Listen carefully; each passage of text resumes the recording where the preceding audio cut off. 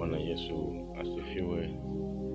Hakika Mungu wetu ni Mungu aliye mtakatifu, aliye mwema wa Ibrahimu.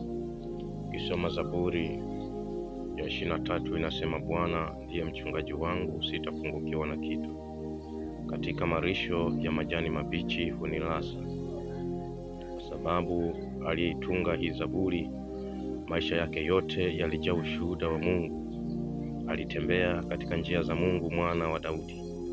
Daudi aliishi maisha matakatifu.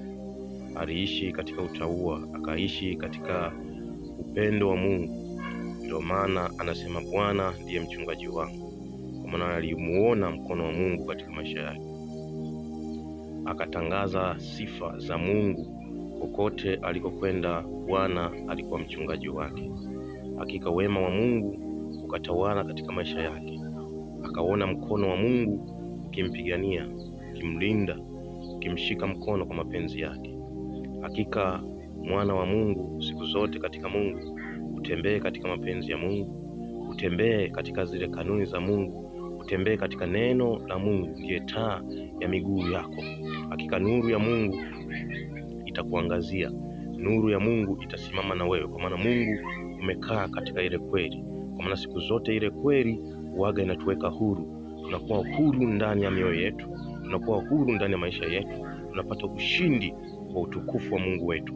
Kama Mungu wetu ni Mungu wa umilele, ni Mungu wa uzima. Ndio maana alileta mwanaye wa pekee ili sisi atukomboe kwa neema ya Kristo Yesu ya msalaba.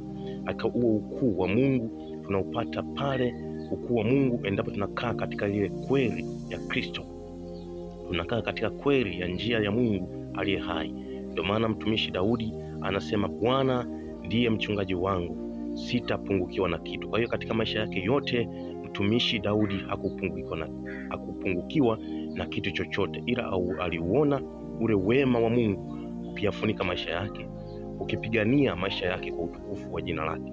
Hakika naye akatangaza sifa za Mungu wa Ibrahimu, kwa maana aliuona mkono wa Mungu ukitawala katika maisha yake. Kwa hiyo mwana wa Mungu, kaa katika lile kusudi la Mungu, utamuona Mungu akisimama nawe katika maisha yako.